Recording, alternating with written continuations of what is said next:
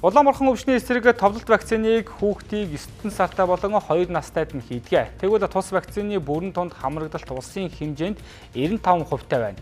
Өөрөөр хэлбэл хамрагдуулаад зохих хүүхдүүдийн 5% нь хамрагдаагүй гэсэн үг юм а. Харин наадмын өдрүүдэд улаанбархан өвчний халдвар 10-аас 12 дахин нэмэгдэх эрсдэлтэй байгаа. Иймээс ч дархлаажуулалтанд хамрагдаагүй 5%-ийг вакцинд хамрагдалтыг 14 хоногийн хугацаанд 95% хүргэхээр зорьсон байна. Гэвч иргэдийн дундах улаанбархан өвчний вакцины талаарх буруу ойлголт нь халдварын дархлалтыг нэмэгдүүлж байна. За үзэгчдийн NTV телевизийн сурвалжлах баг сонгон хайрхан дүүргийн 37 дугаар хороо Содон хорооллоос мэдээллийг хүргэж байна. Тэгэхээр тус хорооны хувьд нийт 220 хүн улаанбархан өвчний халдвар авснаас 201 нь одоо тус хотхны оршин суугчид байгаа юм. Өөрөөр хэлбэл тус байрны тус хотхны байр болгоноос халдвар гарсан гэсэн үг юм а. Иймээс хорооны засаг дарганд хамгаалын газар өрхийн эрүүл мэндийн үндэсний төв хамтран иргэдэд мэдээлэл өгөх асрыг өчигдрөөс эхлэн ажиллуулж эхэлсэн байна. Өнөөдөр бид бүхэн энэ асар дээр одоо манай 37 хорооны өрхийн эмч суугаад хүүхдүүдийг одоо регистрийн дугаараар шүүгээд иргэдэд хитгэх тунд хамрагдсан байна. Бүрэн хамрагдсан маань хамрагдаагүй байна уу? Тэгээд хитгэх тунд хамрагдах боломжтой вэ гэдгийг зөвлөгөө мэдээлэл нөгөөд өрхийн эмч рүү явуулж байгаа.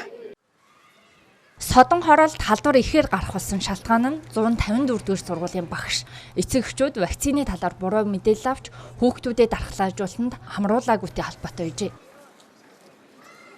Эцэг эхчүүд маань вакцина хийлэгчхээр нөгөө эргээд багш нар руу манай хүүхд вакцин хийлэхгүй байсан. Та ямар вакцин хийлгэсэн гэсэн тийм асуудлууд бол гардаг. За сургууль дээр бол ерөнхийдөө улаанбархны тохиолдол гарснаас хойш бид нэр хавьтлын дархлаажуулалтыг хийсэн. Тэгээд тэр үед бол иймэрхүү асуудлууд бол тохиолдсон. Тэрнээсээ болоод бас сургуулийн маань хамрагдалтын хувь жоохон бага байсан бас асуудал бол бий.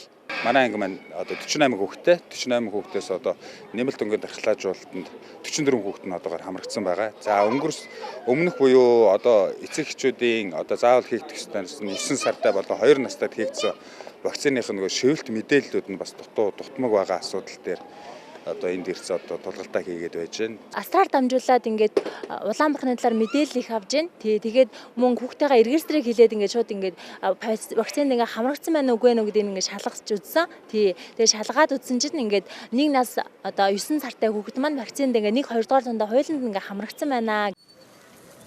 Улаанбархан өвчний халдварын тархалт 10-аас 14 болон тэгээс 4 насны хүүхдүүдийн дунд өндөр байна. Тодорхойлбол нас барсан 7 хүний олонх нь бага насны хүүхдүүд байжээ. Иймээс эрүүл мэндийн яамны шийдвэрийн дагуу 6-аас 8 сартай хүүхдүүдэд вакцин хийж эхлээд байна. Мөн хавьтал болсон иргэдийг дархлаажуулалтанд хамруулж байгаа юм а.